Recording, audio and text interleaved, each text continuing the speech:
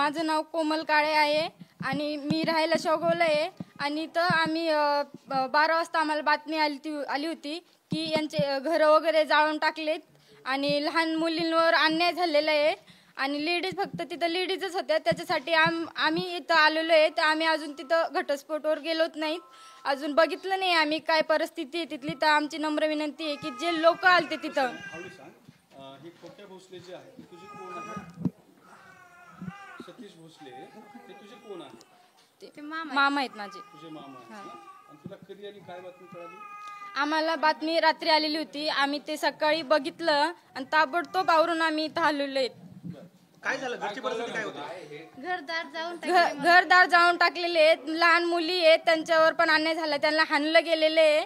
आणि ते आता बीडच्या रुग्णालयामध्ये आता आहेत, दवाखान्यात आहे. हे आम्हाला माहिती भेटली, त्यासाठी आम्ही इथं आलेलो त्यांना बघायला की त्यांची परिस्थिती काय आहे. तर आमची नम्र विनंती एवढीच आहे की आम्हाला न्याय मिळून द्या. ते जे काही लोक असतील ना ते अटक करा. आणि आमची नम्र विनंती एवढीच आहे की आम्हाला न्याय मिळून द्या. धन्यवाद. तुला कशी अडचण वाटते सध्या? तू कुठे? मी त्रिमूर्ती शाळेत आहे, मी शेवगावला. कारण की आज ह्यांच्यावर झालंय, आमचे लोक शिकत नाही, उद्या आम्हाला पण बोलतील की ही.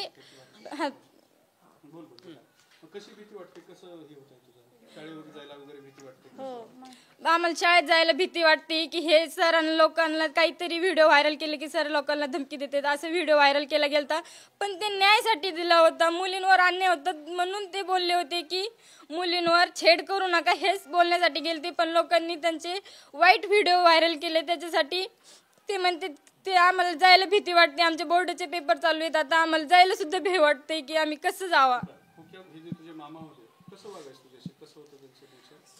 ते खूप चांगले होते, ते कधी वाईट काम केले नाही. आम्ही इथं सांगतो की कधीच वाईट काम केले नाही, आमच्या नजरेत कधीच वाईट दिसले नाही. ते तिकडे कसं आता वातावरण तुमच्या तिकडल्या परिसरात शेवगावला वगैरे?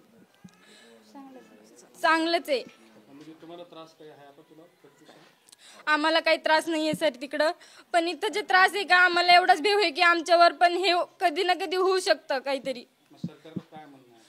तर आमच्यावर पण नाही अन्याय होऊ शकतो सर, की आम्हाला फक्त आमचं एवढंच नम्र विनंती आहे की ते जे कोण आले होते, ते गुंडे जे आले होते गावगुंडे, फक्त त्यांना अटक करावा. आणि आमची नम्र विनंती एवढीच आहे की आम्हाला न्याय मिळून द्या.